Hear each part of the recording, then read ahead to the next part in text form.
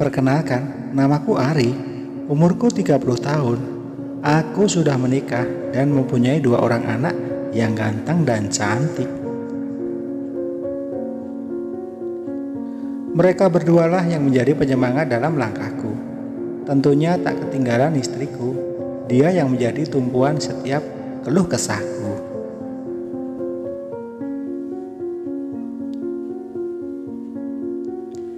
Dia wanita yang tangguh dan hebat. Dulu aku kenal dia sewaktu kita sama-sama menghadiri acara pernikahan seorang teman.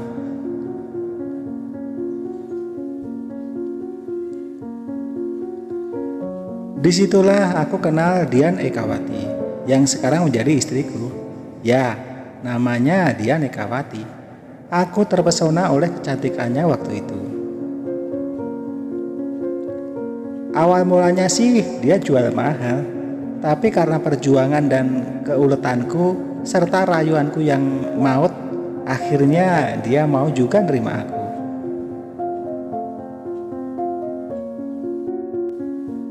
Waktu itu kita pacaran selama 3 tahun, suka duka kita jalani. Namun karena kita berdua saling mencintai, segala macam rintangan pun bisa kita hadapi.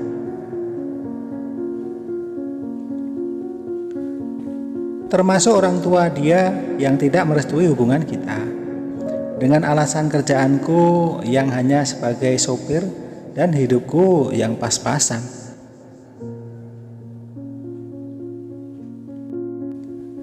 Sampai-sampai aku pernah sujud di kaki orang tua Dian untuk memohon restu. Namun tetap saja mereka tidak merestui.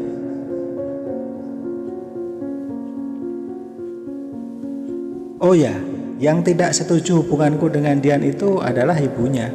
Kalau bapaknya sih ngikut saja apa maunya Dian.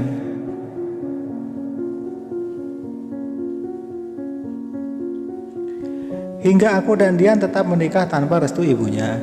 Seiring berjalannya waktu, setelah kita punya anak, ibunya pun luluh juga dan kita dapat restunya.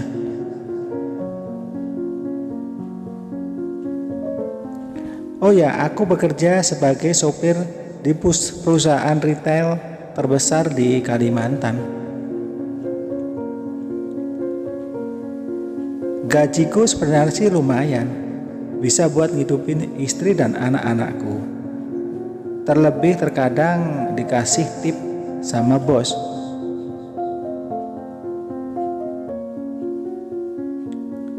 Bosku namanya Butika. Dia berusia 30 tahun, tapi masih oke lah karena selalu merawat dirinya.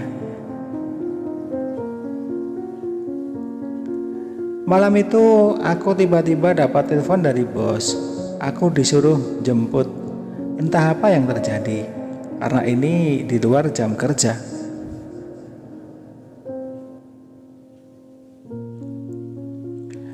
Langsung saja aku meluncur menjemput. Dan aku bertanya kepadanya, "Ada apa, Bu? Kok saya disuruh jemput malam-malam?"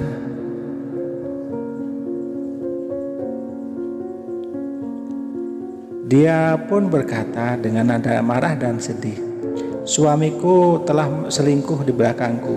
Barusan aku ribut sama dia, makanya aku menyuruhmu jemput aku."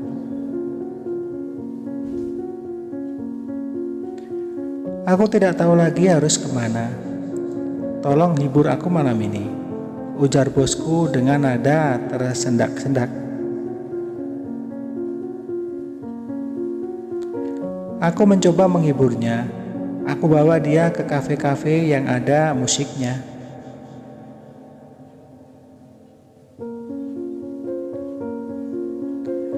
Lumayanlah, dia bisa sedikit terhibur. Lantas dia sambil curhat semua masalahnya.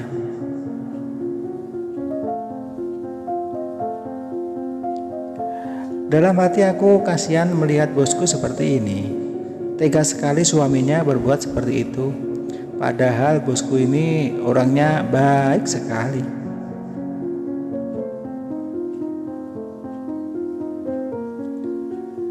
Setelah lama di kafe, aku bertanya kepadanya, "Kemana lagi tujuan kita, Bu?" Lantas dia menjawab, Terserah kamu aja mau kemana.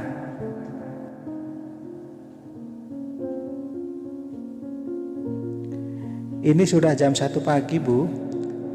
Banyak tempat hiburan yang sudah tutup. Aku antar pulang saja ya, Bu.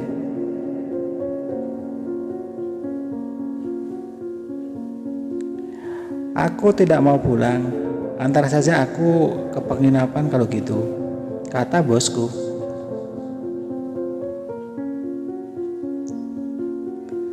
Baiklah kalau begitu, Bu. Aku antarkan ke penginapan. Sesampainya di penginapan, aku minta izin untuk pulang.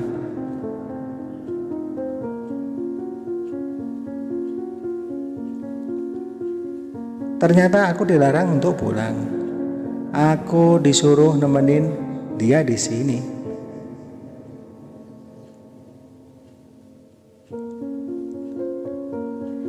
Ya sudahlah kalau begitu, aku stay nemenin dia di sini. Aku khawatir dengan bosku, tetapi aku juga takut jika istriku tahu. Tiba-tiba aku disuruh berada tepat di sampingnya.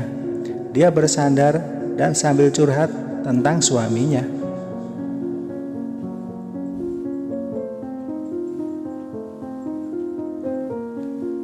Aku terjebak dengan situasi harus seperti ini. Hingga akhirnya aku lepas kendali.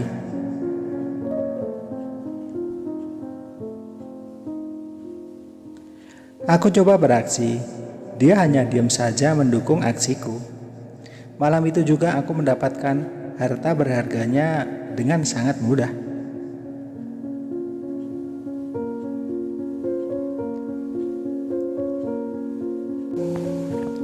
Keesokan harinya aku pulang ke rumah.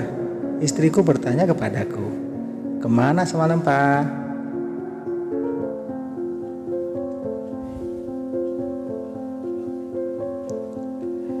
Ku jawab, "Ada kerjaan lembur semalam." Untungnya istriku percaya saja. Setelah itu bosku sering menelponku setiap malam. Bahkan 1 minggu ini full aku ditelepon setiap malam.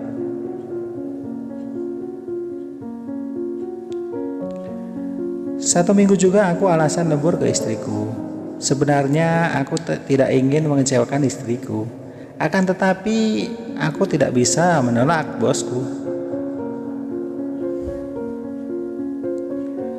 Karena bosku juga berjanji kepadaku, gajianku nanti akan dinaikkan dan dapat bonus tambahan buat diriku.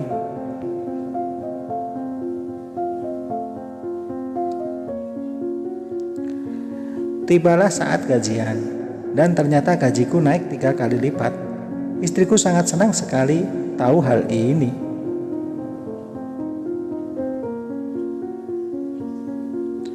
Dan istriku juga berkata, "Sering-sering aja lembur malam, Pak, biar gajinya banyak."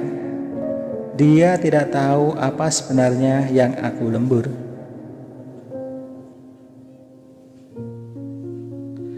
Dan akhirnya bosku memintaku untuk menikahinya.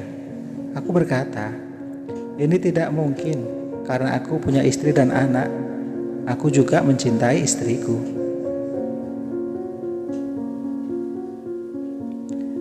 Bosku sangat marah mendengar perkataanku, dan dia berkata, "Kamu tidak bertanggung jawab atas apa yang sudah kamu lakukan padaku."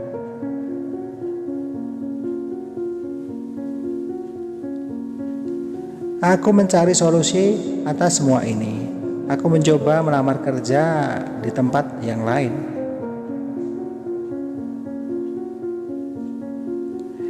Kebetulan sekali aku diterima kerja. Langsung saja aku mengajukan resign.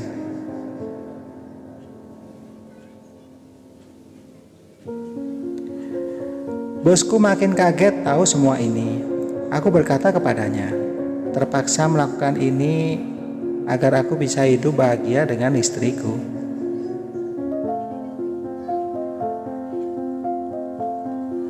Akhirnya bosku sadar akan hal itu. Dia merelakanku untuk pindah kerja ke tempat yang lain.